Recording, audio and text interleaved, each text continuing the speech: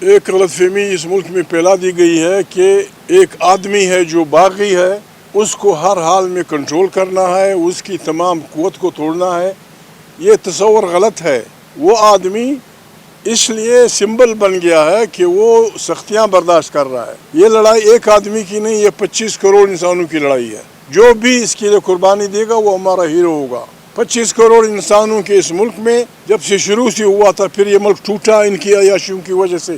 آج جو حکومت قائم ہے، زر اور زور کی بنیاد پہ، گولڈن گنز کی بنیاد پہ، لوگوں کا سکون چھین کے، لوگوں کا ووٹ زر اور زور کی بنیاد کے، بندوق کی طاقت پہ چھین کے، انلیجیٹمیٹ ناجائز حکومت اس ملک پہ قابض ہے۔ اور پھر اسے ترہ امتیاز یہ کہ اسے غریب انسانوں کے منہ کو خون لگ گیا، چھوٹے بچوں کو گولیاں ماری، مذہبی لوگوں کو گولیاں ماری، شریف عورتوں کو، ہمارے ارد گرد ہماری بہنیں کھڑی ہیں، لوگوں کے گھروں میں انسانوں کی بے حرمتی کی ہے۔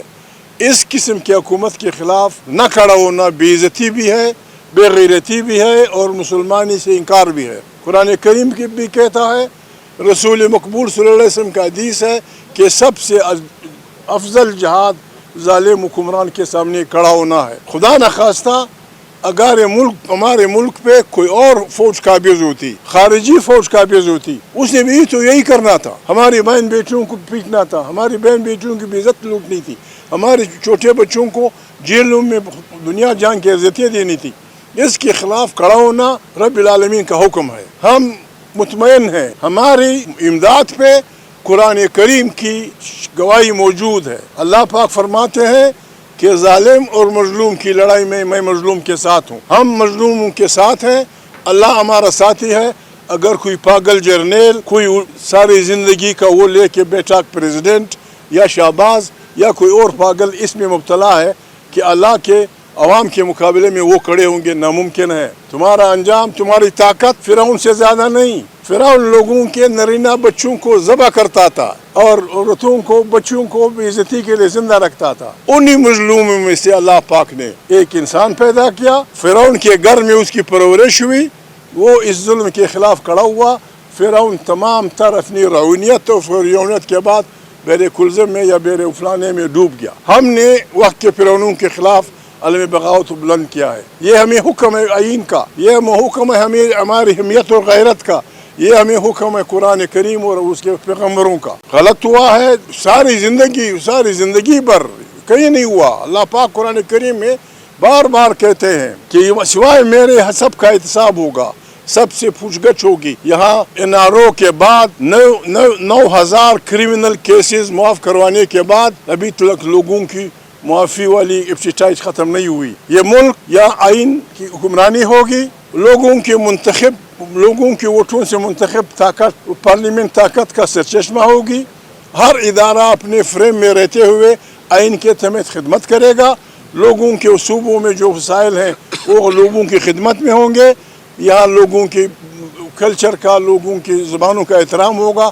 جائیں پاکستان کی سیاسی پارٹیوں سے اس پہ دستخط کروائیں، عمران سے دستخط ہم کروائیں گے۔ اور اگر کسی کو یہ خطرہ ہے کہ خدا نخواستہ عمران جیل سے نکل کے پروسیکیوشن کرے گا، لوگوں کو مارے پیچھے گا، اس کی بھی ہم آپ کو ضمانت دے دیں گے، لیکن ایک شرط پہ، آئیں پاکستان کو نئے سرے سے شریف انسانوں کا جمہوری ملک، تمام 25 کروڑ انسانوں کی اجتماعی دانش سے ایک اچھا سوشل کانٹریکٹ۔ یہ اس خطرات کو نہیں جانتے۔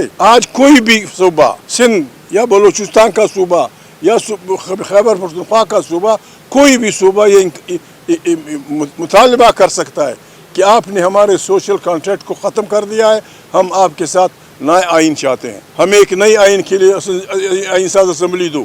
اس سے بحران بہت شدید ہو جائے گا۔ ہمیں حکمرانی کی ضرورت نہیں ہے، ہم حکمران نہیں بننا چاہتے۔ ہمارا آئین اپنی اصل شکل میں ہمیں ہمارے حوالے کر دو، ورنہ ہم نے گلی کوچے میں گانا ہے، گلی کوچے میں ہم نے ڈول پیٹنا ہے، گلی کوچے میں، مسجدوں میں، امام بارگاہوں میں ہم نے آپ کے خلاف عوام کو منظم کرنا ہے۔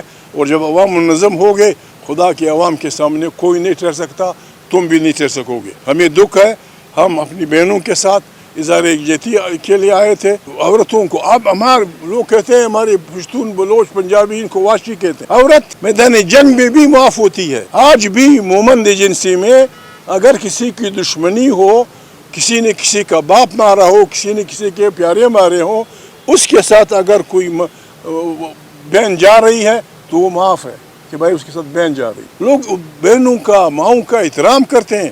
آپ بسم اللہ کر کے چل پڑیں, بسم اللہ کر دیجئے اپنی فرعونیت. جو فرعون کا اشر ہوا تھا, جو نمرود کا ہوا تھا, آپ کا بھی وہی اشر ہوگا. God bless. ہمیں کسی جرنیل سے, کسی شریف صاحب سے, کسی زرداری سے ذاتی کوئی دشمنی نہیں.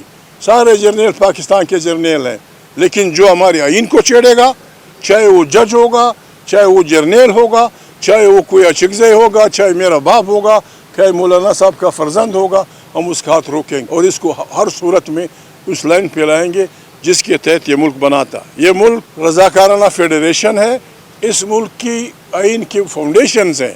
اگر ایک پارٹی کو 100% بھی ووٹ ملے, وہ آئین کی بنیادوں کو نہیں چھیڑ سکتا.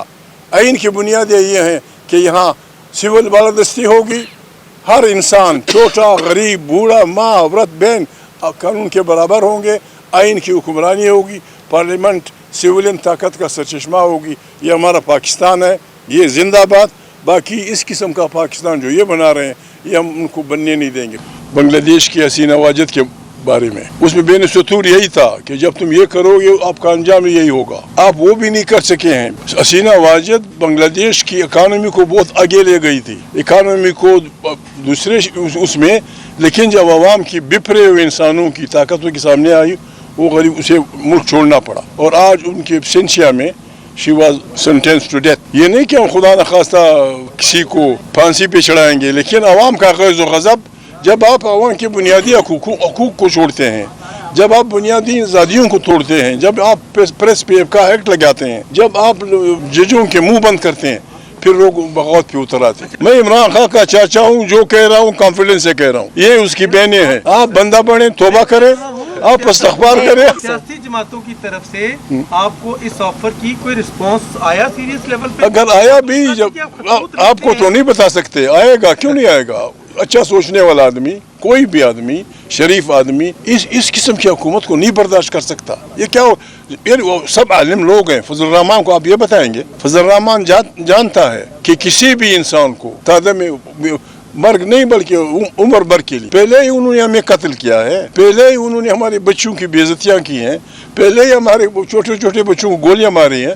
اب آپ نے یہ ڈگڈگی بھی ان کے گلے میں ڈال دی کہ جو قتل کرے گا کوئی نہیں پوچھے گا, ہم پوچھیں گے. ہمارے بچوں کو جو قتل کرے گا اسے ہم پوچھیں گے. ہم نے بس بسم اللہ کر کے کلمہ حق کا جھنڈا اٹھایا ہے. قرآن کریم میں ہے, الا ان اولیاء اللہ لا خوف علیہم ولا هم یحزنون. میرے اچھے بندے نہ کبھی غمگین ہوتے ہیں نہ کبھی خوفزدہ ہوتے ہیں. ہم نے اللہ کے پیارے بندوں کا راستہ اپنا لیا ہے. کوئی ہم سے بات کرتا ہے شرافت کی زبان میں, ہم انتہائی شریف لوگ ہیں. اور کوئی ہم سے ڈنڈے کی بات پہ بنیاد کرتا ہے, ہم نے خدا کے علاوہ کسی اور کی ڈنڈے ماری نہیں مننی, کسی کی بھی.